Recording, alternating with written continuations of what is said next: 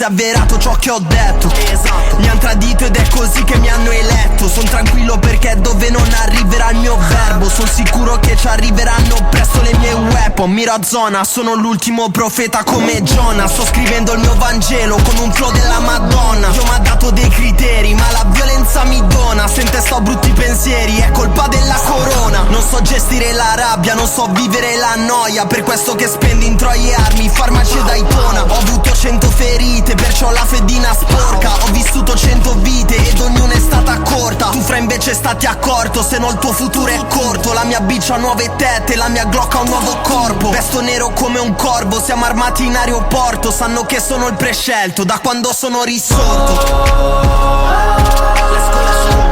Voci gridano, sai, spezzo il pane coi miei, ma non chiedo perdono. Qua giù niente, ok, sto parlando agli dei, chiedo solo uno stop. Andiamo.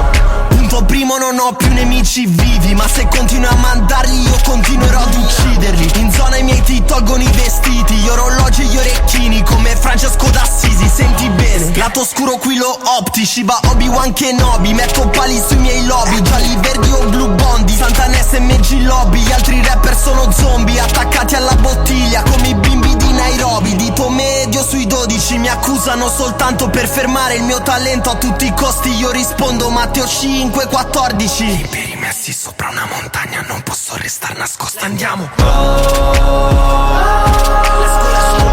Voci gridano, sai, spezzo il pane coi miei, ma non chiedo perdono.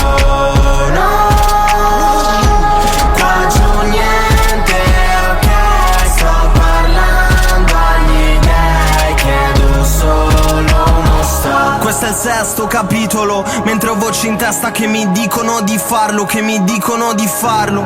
Dio ha creato il mondo in 6 giorni e dopo ha creato l'uomo come fossimo il suo sbaglio. La mia fede adesso ha bisogno di prove, non mi basta questa croce, non mi basta sto rosario. Sento come se la gente fosse stufa, disillusa, sento come se la luce non riesca a attraversare più il mio sguardo.